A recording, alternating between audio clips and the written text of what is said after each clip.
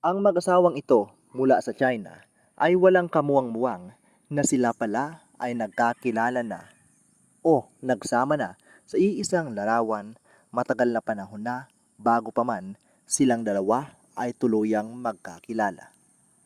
Ang kwentong ito ay patungkol sa isang nakakagulat na pagkakataon na nangyari sa isang mag-asawa mula sa bansa ng China. Ang litrato sa kaliwa ay kuha noong taong 2000 kung saan may isang babae na nagpapakuha ng larawan sa harap ng bantog na monumento sa may Fort Square sa Qingdao. Makalipas ang maraming taon, nang siya ay ikasal na, napansin nilang mag-asawa na may isang lalaking nakatayo sa background ng lumang litrato niya.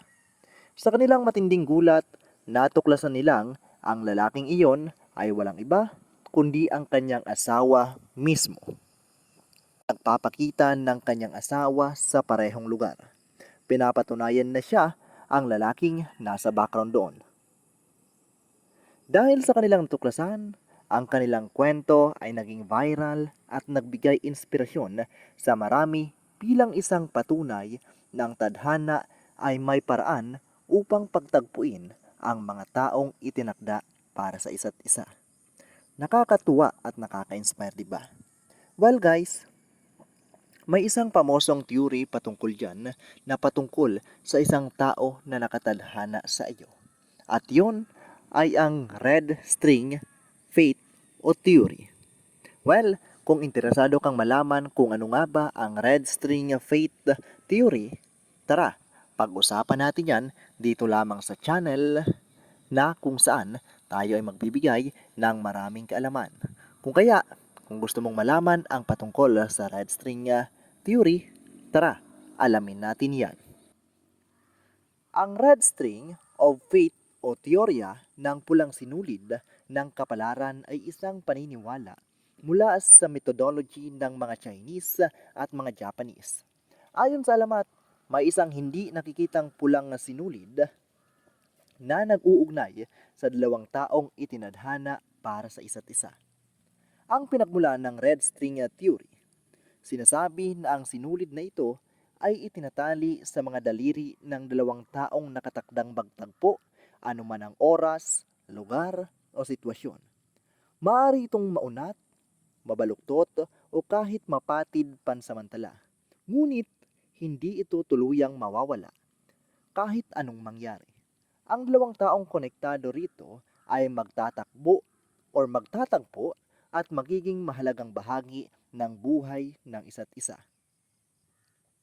Sa kulturang Asyano, madalas itong ikumpara sa konsepto ng soulmates o itinakdang pag-ibig.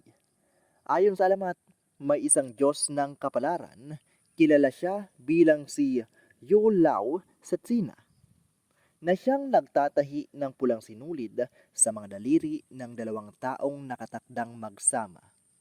Kahit hindi sila agad magkakilala o kahit na maglayo ang kanilang landas, tiyak na magkukrus muli ang kanilang mga daanan sa tamang panahon. Maraming kwento sa totoong buhay ang tila sumasalamin sa teoryang ito. Katulad ng mag-asawang nasa litrato na nadiskubring nagkasalubong sila noon bago pa man sila naging magkarelasyon.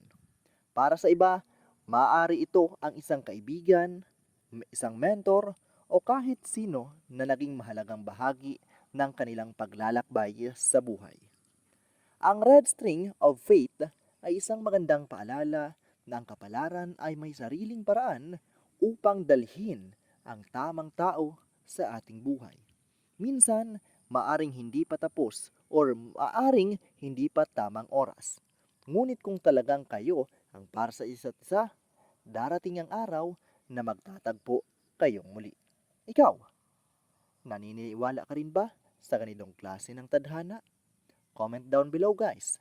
At huwag kalimutang mag-subscribe at i-like ang ating video. Maraming salamat.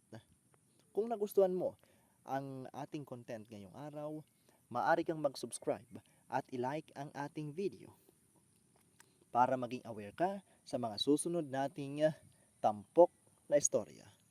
Yan muna ang ating istorya ngayong araw. Sa muli, Magandang araw sa inyong lahat.